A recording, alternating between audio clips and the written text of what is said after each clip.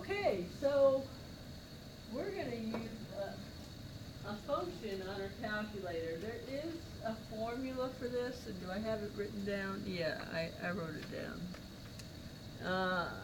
On my filled in notes, probably. It's your choice. If you don't want to use the calculator command, you can use this formula, but you don't need to use the formula.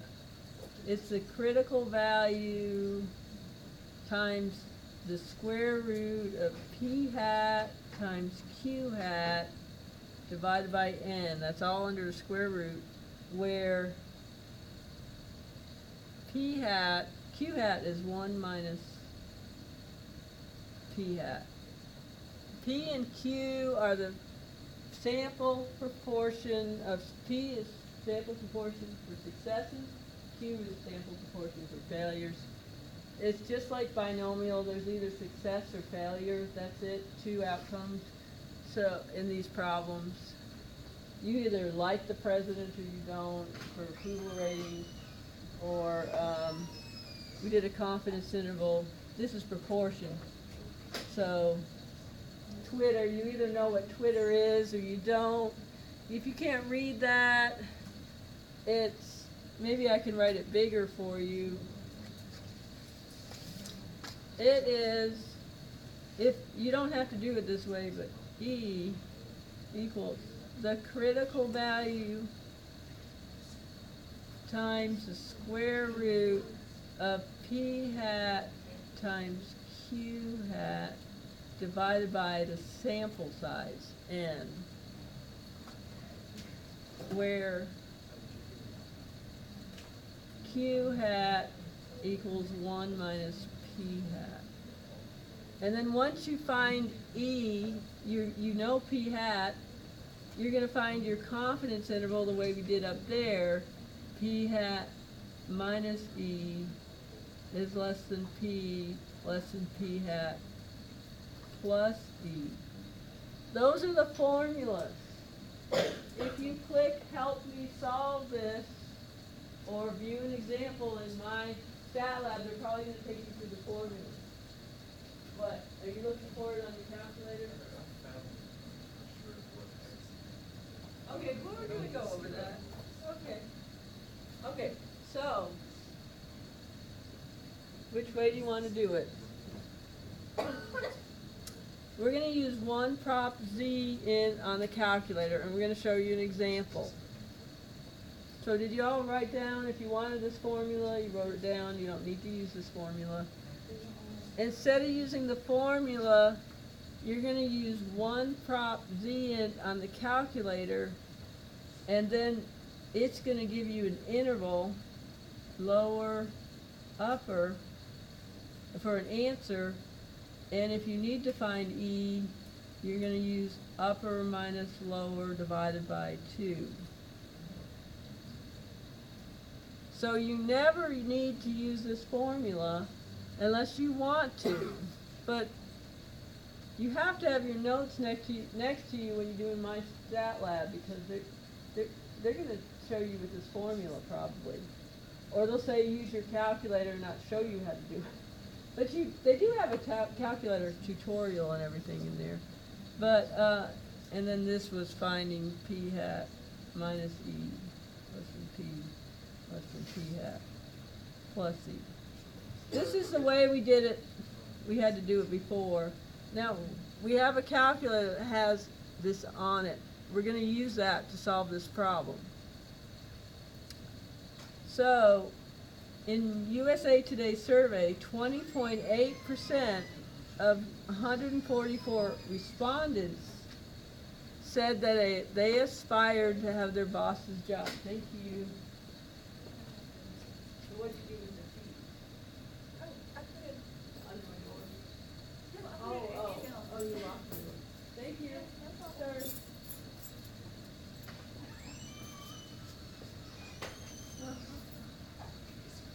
Okay.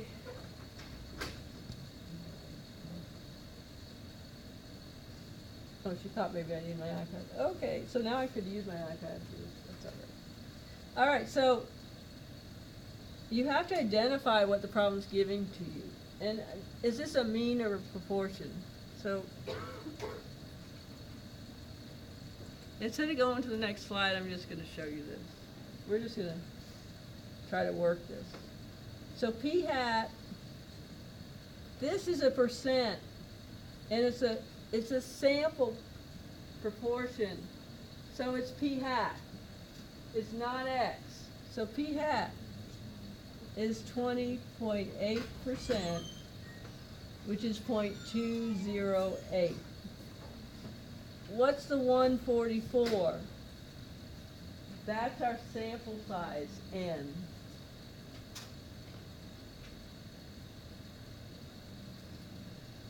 So we have p hat and n, and so the first question, what's the best point estimate of the population proportion of all workers who aspire to have their boss's job?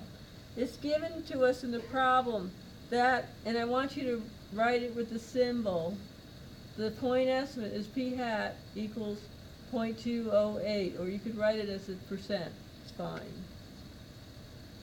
Construct a 95% confidence interval, so our C is 95% or 0.95 of the proportion of workers who aspire to have their boss's job.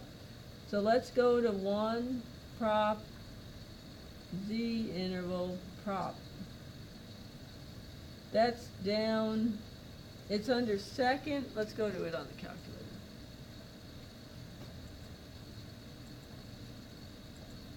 Second distribution, and go down till you see, oh, nope, sorry. It is stat tests. These are tests. Go all the way, stat, go over to tests. So let me write that down. Stat, go over to tests. And then you have to go down these are tests. These are for chapter 8. 1 through 6 are for chapter 8. Chapter 7, number 7, number 8, these are for means, and we have to go, there it is. 1 proportion Z interval is down at A on my calculator. Way down at A on my calculator. And you pick that one, enter. And then people are saying, well, what do you put in for X and what do you put in for N? Remember, X and N have to be whole numbers. Well, this problem did not give us the X. But X is the number of successes. So we can find X. X is 20.8% of 144, or 0.208 times 144. And we can do that right here. We can do that 0.208 times 144. And the calculator gives me 29.952. Okay? But X has to be a whole number.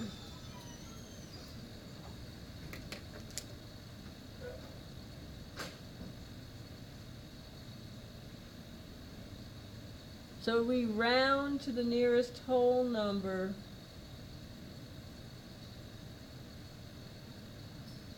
It's not always going up, guys. It's rounding to the nearest, it's regular rules of rounding.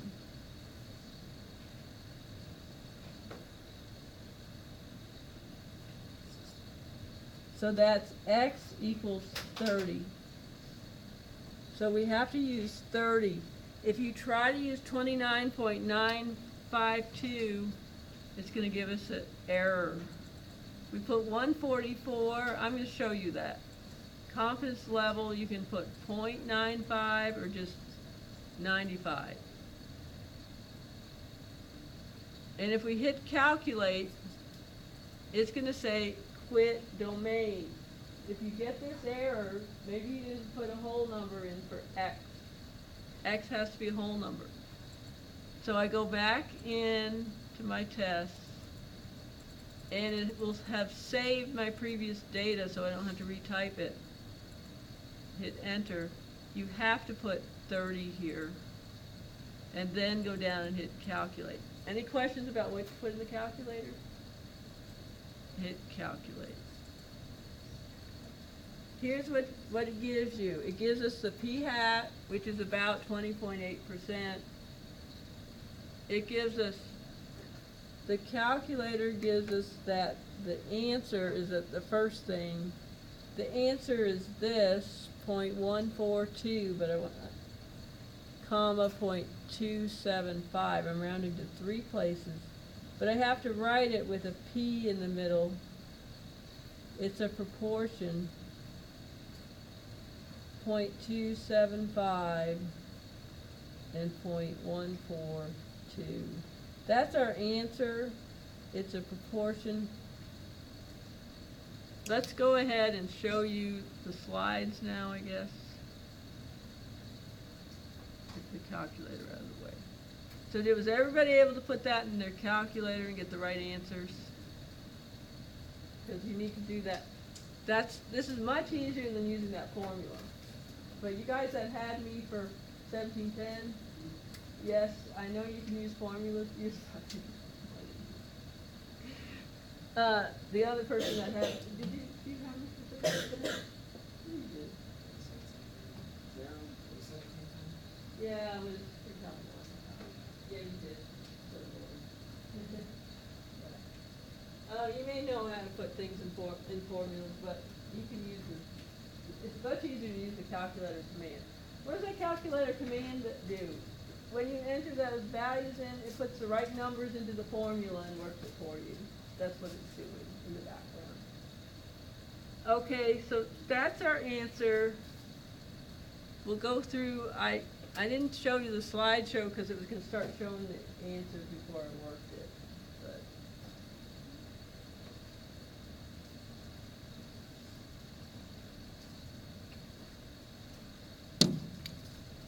it is much easier to use these calculator commands rather than the formulas. So, see, I worked it out here. You have to find X. Round X to the nearest whole number. And these are the numbers I put in the calculator. This is what I got out. I had to rewrite it with a P in the middle. The problem never asked me for the margin of error, so I didn't have to subtract them and divide by 2. If it asks for margin of error, you'll have to do that. Don't go back and use the formula for margin of error after you found the confidence interval. Just use upper minus lower divided by 2. And then we're going to be interpreting each of those intervals. We have a kind of a formula here to interpret the confidence interval. We are blank % confident that and this one's a proportion, you'll only say one of these. We're doing confidence intervals on means and proportions. That the proportion, and then you relate back to the problem, is between the lower value and the upper value, include units. For proportions, you want to have percent. So for proportions, you'll have a percent. So we are we are 95% confident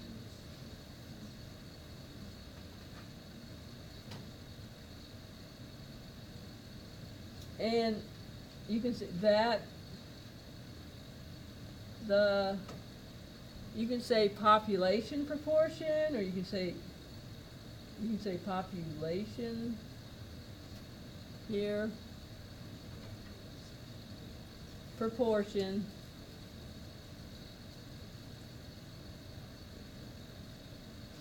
but never say sample here.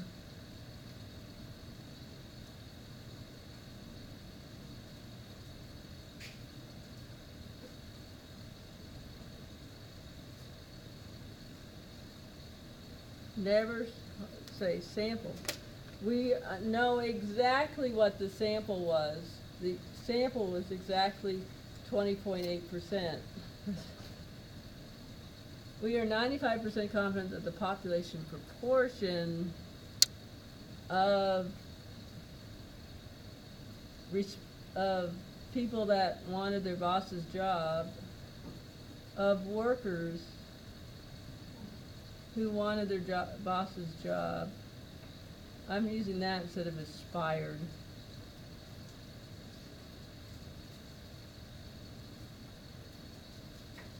Job is between, and don't just write this confidence interval right here. I want this in words.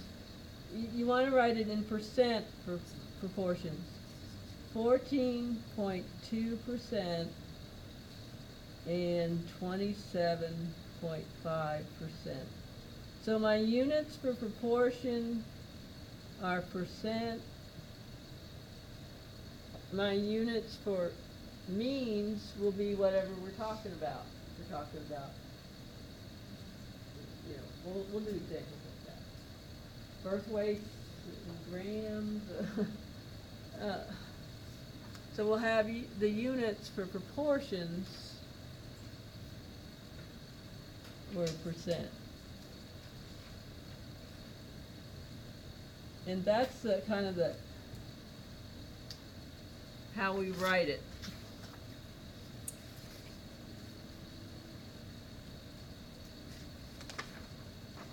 So we have a quiz on Nearpod for you to do.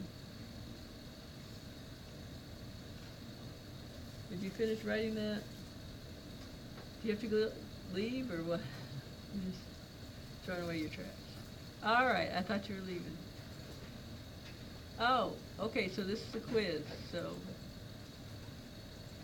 go ahead and take the quiz. It's at the top of the next page is the question for the quiz. So I actually have this lecture all set up for the Nearpod. So this is the quiz. This is what they're giving you, and then the quiz is going to ask you some information. See if you can do it. And then we'll do confidence interval on means. Oh, we started and then we'll quit.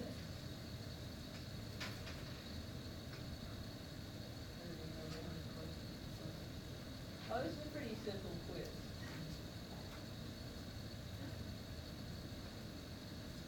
I only give you two choices.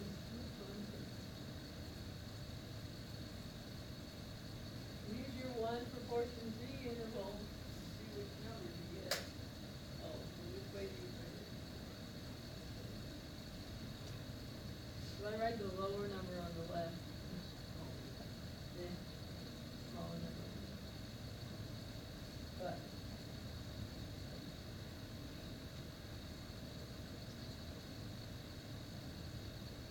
so you really don't even have to put it in your calculator, but you did, right? Yeah, you divided them. Maybe you didn't use the one top to begin with. Okay. You can do one proxy interval for the second question.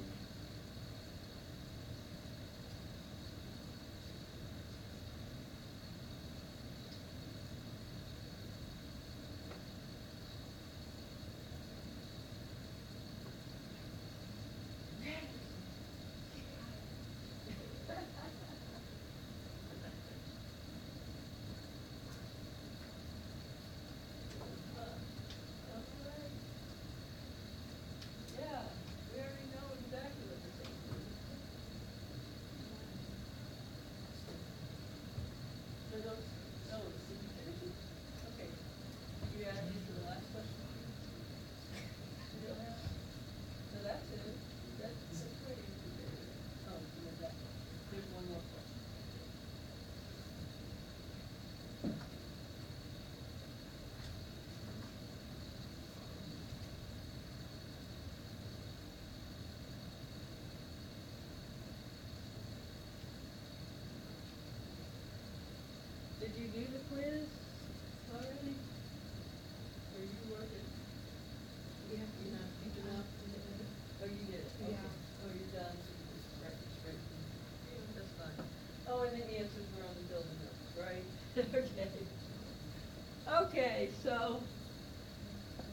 See how you did on the quiz.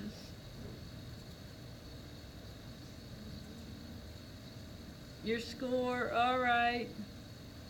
And I'm not showing names, so somebody had to leave, so that's no answer there. So that no answer. So what did? All right, I got out of the quiz. Sorry, I should have let you see your answers. But look at the filled-in notes. You know, X is the smaller number, N is the larger number. We're not given a p hat this time. So we find p hat, the sample proportion is X over N, is the smaller number over the bigger number, and you get 0.45. And then you do 1 prop z int. I don't know if I go backwards, if you can see your results still, or if it makes you start again. Oh, let's share your results. So you can see your results. X is 264, N is 586. It asked for a 90%. So you can put 90 here and calculate. So we get 0.417 less than P, less than 0.4883. And then what's the correct interpretation? You never say sample, so it was the middle one. It was the middle interpretation.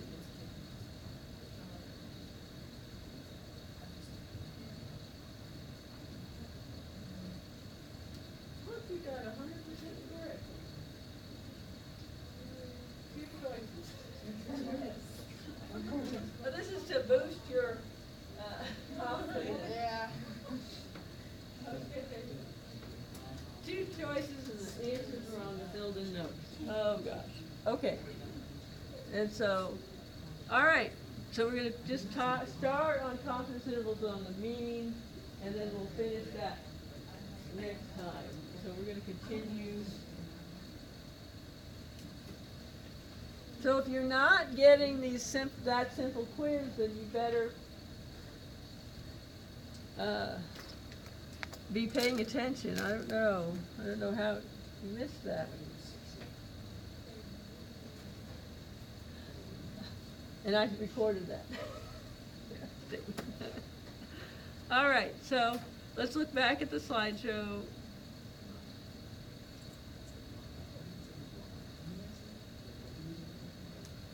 Okay, so here's confidence intervals for estimating the population mean, mu. And basically, I already copied the stuff over here.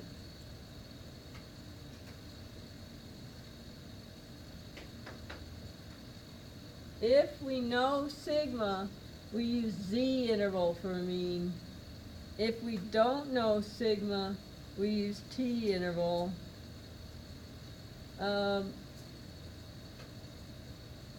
And the properties of the z distribution are it's bell-shaped, symmetric about the mean, the total area always under any distribution equals 1. Mean, median, mode are all 0, the standard deviation is 1. We have a new distribution here.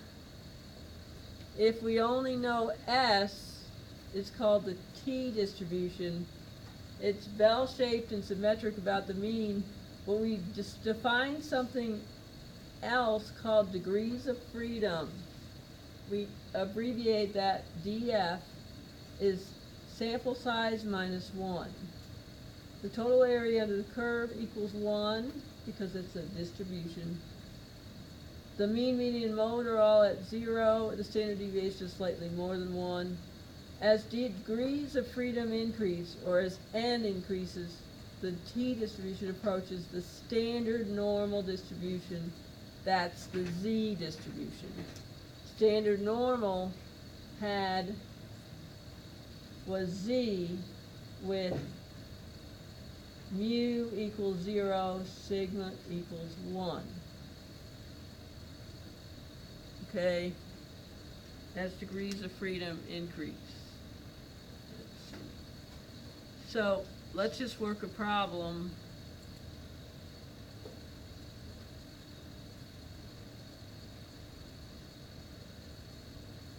So we have a simple random sample. So chapter 7 is not giving you population information all the time anymore. So it's a sample of birth weights, has a mean of 33 grams. So that's X bar equals 33. The standard deviation of all birth weights is 495, so that's our sigma. Because we know sigma, when we know sigma, we use a Z interval. When we only know S, those are both standard deviations, we'll use T interval. And I also have a little flow chart online to help with this. But okay, so using a sample size of 75, so N is 75, construct a 95% confidence interval. So C is 95% of the mean birth weight in the United States. So we just go to Z interval because we know sigma, the population standard deviation.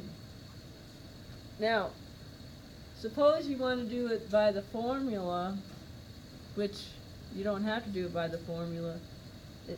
This is the formula. It's the critical value times sigma divided by the square root of n. And then you would take X bar minus E is less than mu less than X bar plus E. This is the formulas. If you hit help me solve this or view an example, they're probably taking you that way.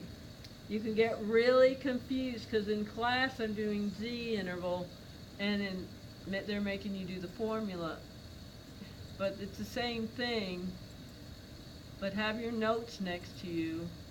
Stat, test, go down not to Z test, but Z interval number 7. Hit enter.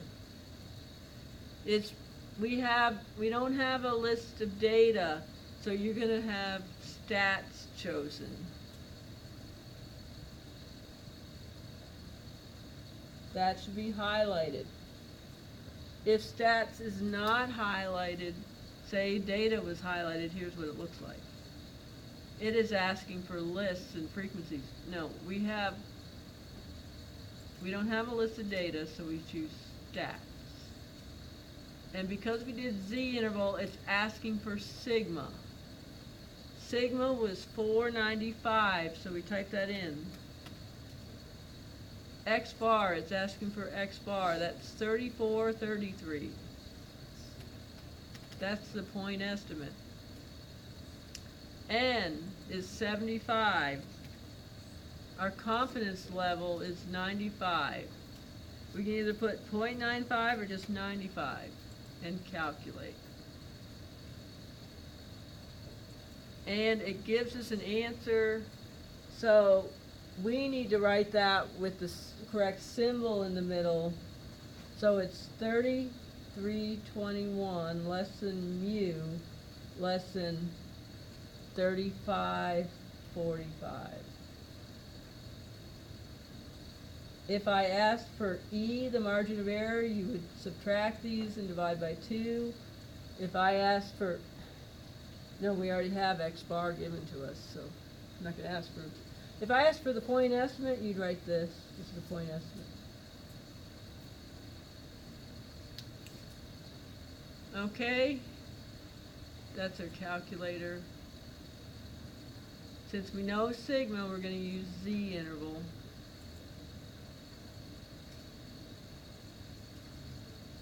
Oh, and interpret, I didn't interpret it yet, so let's interpret that. Oh, on my Fielder notes, I didn't even do that. Interpret means we write out, we are, and then the percent confident, 95% confident.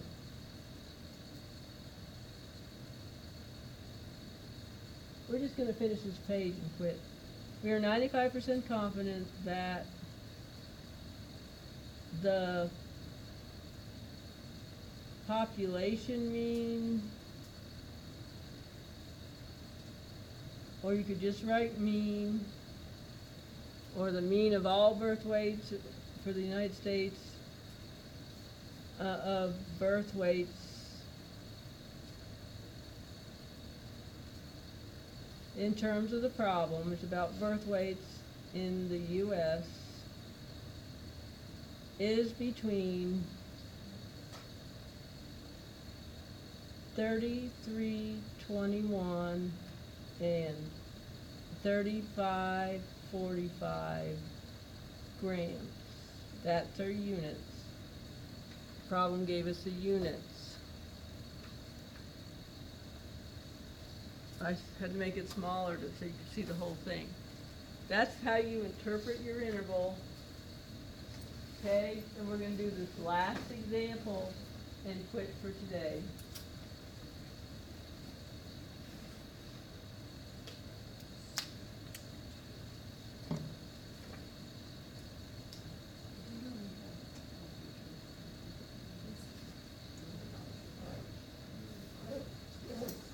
Okay, we're going to do the last example. Now, what if we just change the sample size to 75,000? We're going to keep everything else the same. So n is 75,000. We still have everything the same. Go to z interval. And we're not going to bother writing it out this time. We're not going to interpret it. Just the confidence interval. So go on your calculator, go to stat, test, z interval, and it should have saved all your previous data. Just go in and change n to 75,000. Everything else stayed the same. What happens when our sample size goes up? We get a smaller interval. This is mu is between 34, 36.5 and 34, 29.5. That's our answer. We did z interval. Everything stayed the same. We just changed n. Okay? So see how easy it is to find intervals on your calculator? Okay? This is for means. For means, you use z interval and t interval. Which of the preceding intervals is wider? So the first interval, we had, x bar in the middle, and we went to 35, 45, and 33, 21. About there. And we didn't find our E. If we found our E, it was 112. I found my E on the filled-in notes, maybe. What if I was asked for E up there? You just take, on the first problem, E. If I was asked for E, you take 35, 45, and subtract the lower limit, 3321, and divide by 2. And you get 112. On this one, our E is 34, 36.5 minus 34, 29.5, and divide that by 2, and we got 3.5. If you do that correctly on your calculator, you should get 3.5. So part A was wider. Here's, this is not to scale, but 30, we got 112 here, and 3.5 here. So this is part B, part A. Part A was wider. And now, to explain this, I can look at the actual formula. A had a smaller n, part A had a smaller sample size. As n goes down, you're dividing by a smaller number, E goes up. And you add E, so it's wider.